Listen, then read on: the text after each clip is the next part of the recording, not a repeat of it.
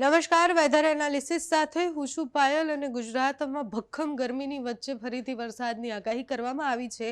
હવામાન નિષ્ણાંત હવામાન વિભાગે આગાહી કરી છે કે 17, 18, 19 અને 20 તારીખ સુધી ગુજરાતના અનેક જિલ્લાઓમાં વરસાદ પડશે। એક તરફ વેસ્ટર્ન ડિસ્ટર્બન્સ ઉપરથી પસાર થઈ રહ્યા છે, ત્યાં હિમવર્ષા થઈ રહી છે, નીચેના પ્રદેશોમાં વરસાદ પડી રહ્યો છે। મહારાષ્ટ્રમાં થોડા દિવસ પહેલા જ વરસાદની શરૂઆત થઈ।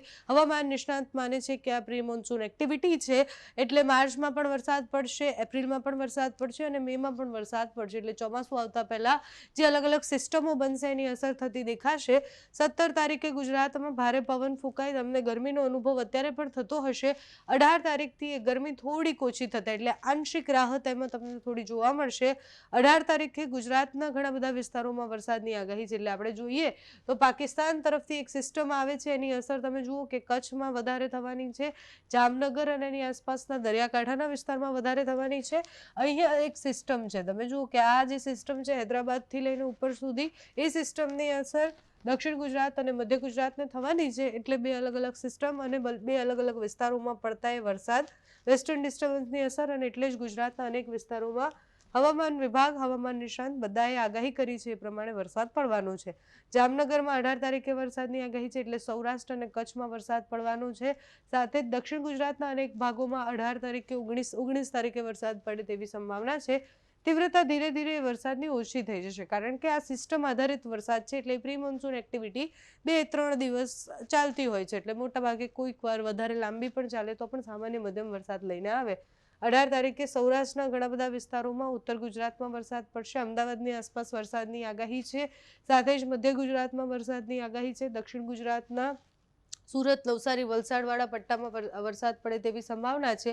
એટલે 18, 19, 20 તારીખે વરસાદની સંભાવના છે। 20 તારીખ પછી પણ તમે જુઓ કે સિસ્ટમ ધીરે ધીરે ઉપર જાય છે, રાજસ્થાન તરફ જાય છે, એટલે ત્યાં બધે વરસાદની સંભાવના છે। હવામાન વિભાગ, હવામાન નિષ્ણાંતો જે આગાહી કરે છે પ્રમાણે 20-21 તારીખ સુધી વરસાદ રહેવાની સંભાવનાઓ છે। વિંડીમાં તો જે આગાહી કરી છે એ પ્રમાણે 20 તારીખ સુધી ગુજરાતના અનેક વિસ્તારોમાં વરસાદ પડે એવી સંભાવના છે।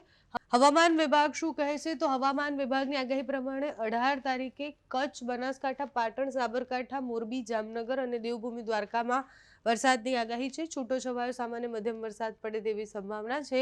19 તારીખે જિલ્લાઓ વચ્ચે આપણે જે પ્રમાણે જોયું કે સિસ્ટમની અસર પણ વધવાની છે, એટલે 19 તારીખે બનાસકાંઠા, પાટણ, સાબરકાંઠા, સુરેન્દ્રનગર, મોરબી, કચ્છ, રાજકોટ, બોટાદ, અમરેલી, ગીર સોમનાથ, ભાવનગર, વડોદરા, છોટાઉદેપુર, ભરૂચ, નર્મદા, સુરત, તાપી, ડાંગ આ વિસ્તારોમાં વરસાદ પડવાની સંભાવના છે। 19 તારીખ પછી તીવ્રતા પાછી ઓછી થઈ જશે, સિસ્ટમ ધીરે ધીરે આગળ વધી અને એ ઉપરના તરફ જશે, એટલે રાજસ્થાન તરફ જશે, ત્યારે અરવલ્લી, મહીસાગર, દાહોદમાં વરસાદની સંભાવના છે અને ગીર સોમનાથમાં વરસાદની સંભાવના છે।